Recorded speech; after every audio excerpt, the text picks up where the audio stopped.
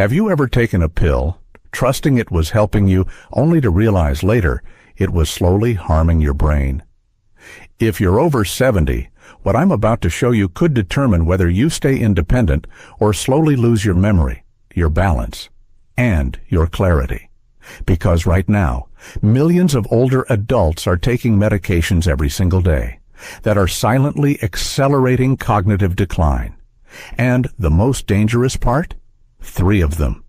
You can buy without a prescription. No warning, no conversation, no second thought. And what makes this even more dangerous is that most people assume if it's over the counter, it must be safe. That assumption is exactly where the risk begins. I'm Dr. John Carter, and on this channel, Healing Nutrition Channel, I translate complex medical research into practical strategies to protect your brain and your body as you age. So, before we go any further, make sure you subscribe, because what you learn here may protect your independence for years to come. Now, before we get into the list, there's something your doctor may not have time to explain. After the age of 70, your body processes medications completely differently. Your kidneys filter more slowly. Your liver metabolizes less efficiently. And your brain becomes far more sensitive to sedative and anticholinergic effects, which means something critical. A dose that felt normal at 50 can become dangerous at 70, not because the drug changed, but because your body did. And this is where many people get into trouble. They continue taking the same medications at the same doses for years without ever re-evaluating them. Now let's start with the first medication. Medication number 1, benzodiazepines, Xanax, Valium, Ativan, Klonopin. These are commonly prescribed for anxiety and sleep, and in the short term, they can feel incredibly effective.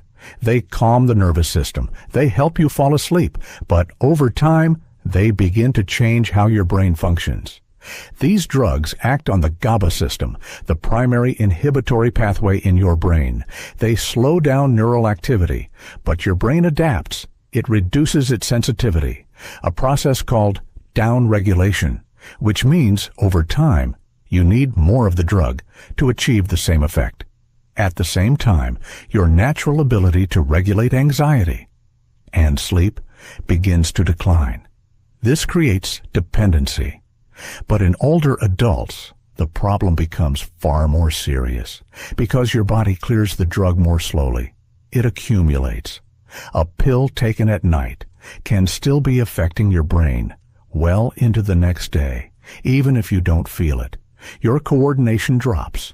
Your reaction time slows. Your balance becomes unstable.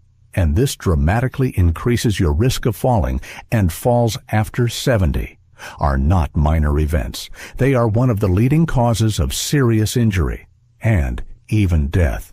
But it doesn't stop there. Chronic use of these medications has been linked to memory impairment, reduced attention, and decreased executive function. This is not just temporary fog. It can accelerate long-term cognitive decline. Medication number 2, diphenhydramine Benadryl, Tylenol PM, Zuzquil. This one surprises almost everyone because it's cheap. It's available everywhere, and it's often used as a simple sleep aid. But after 70, it can be extremely harmful. Diphenhydramine is a strong anticholinergic drug, which means it blocks acetylcholine, one of the most important neurotransmitters for memory and learning. Now imagine suppressing that system every single night. At first, it just makes you sleepy, but over time, your brain begins to struggle. Memory becomes less reliable. Focus declines, confusion increases, and here's where it becomes serious. Long-term use of anticholinergic drugs has been strongly associated with increased risk of dementia. Not slightly increased, significantly increased. And the most concerning part? Many people don't take this occasionally. They take it every night, for months, or even years, What feels like a harmless habit becomes a neurological burden. I've seen this firsthand. A patient in her early 70s taking it nightly for sleep. Over time, she became forgetful, repeated conversations, and struggled in familiar environments. When the medication was removed, under supervision, her condition stabilized and partially improved. That's how powerful this is. Medication number 3. NSAIDs, ibuprofen, naproxen, Advil, Motrin, Aleve.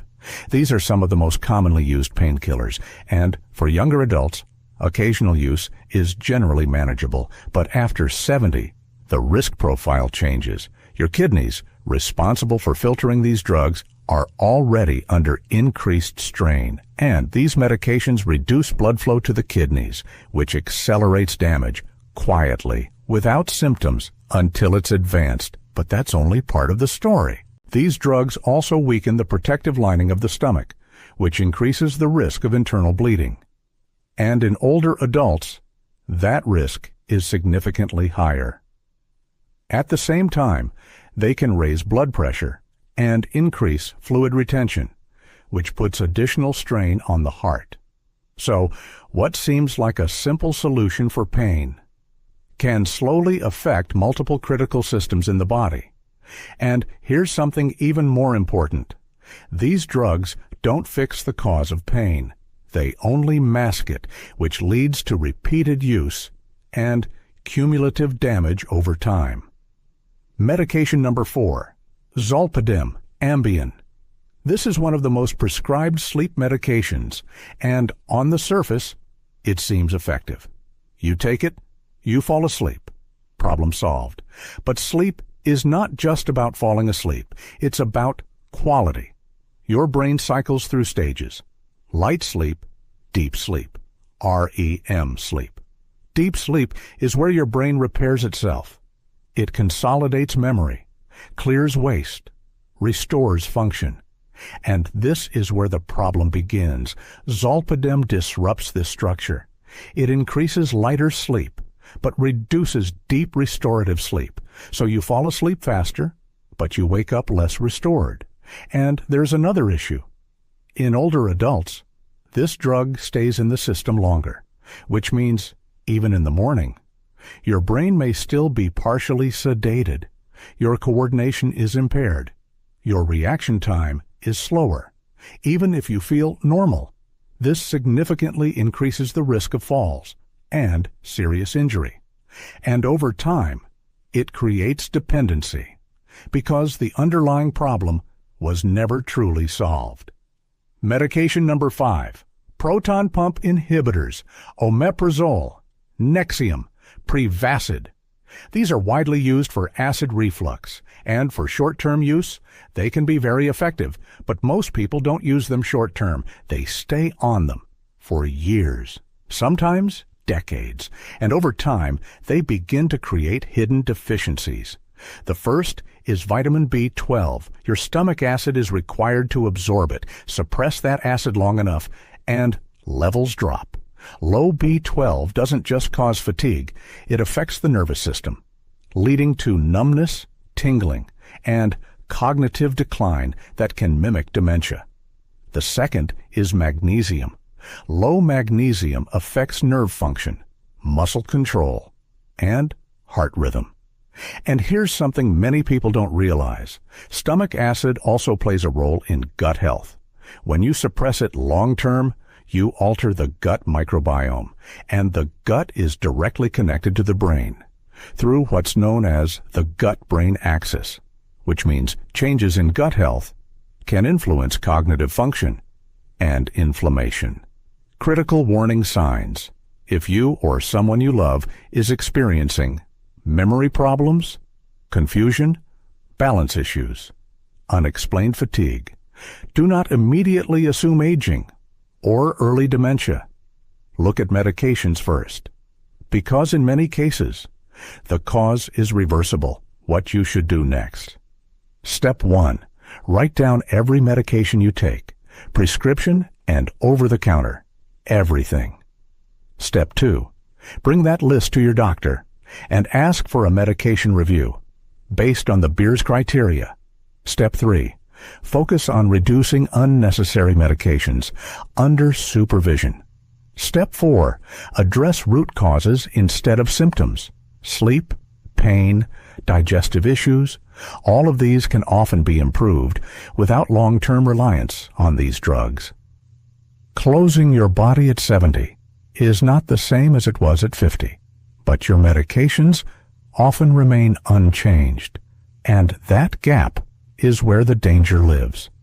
This isn't about fear, it's about awareness, because the difference between staying sharp, independent, and mentally clear, or slowly declining, may come down to a few daily choices and a few medications that were never meant to be used long-term.